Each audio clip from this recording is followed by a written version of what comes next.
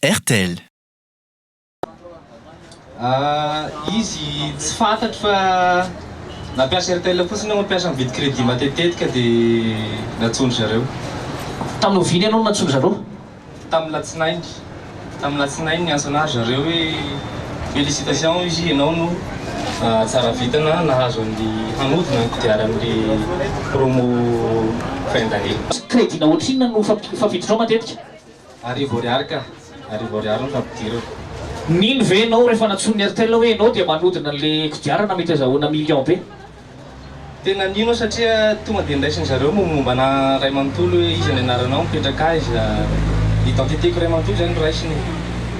Ho alefantsika vetrany ary le fisariana. Ekenareo ve sa tsy ekenareo ny fisariana fa hoalefa? Ekena! Asivorakoraka mafipera ekena! Misy lehilahy mahiny fioka aveo ohatra tsisy lehilahy mahiny fioka aveo? Manisa telo dia fioka mafy be ny lehilahy mahiny fioka ao. Isa, roa, telo! Alefantsika ary, alefa ary. Tsara vita io lehilahy io. Mety tonga dia ray tapisy ariary no azony. Nefa koa mety roa hetsy ariary ny azony. Firy ny azo toko lasopy vavy. Dimy! Ray tapisy ariary ny azony. Ray tapisy ariary ny azony. Tsara vita io lehilahy io a. Ahoana? Anodina sa mbola... Ay. Lasa le ray tapisy ariary. Tena fantako hoe tsy haiko inona no mahateny anazy hoe faly. Raha mbola misy mo faly motrany faly dia ho teneny teto fa mety tsisy.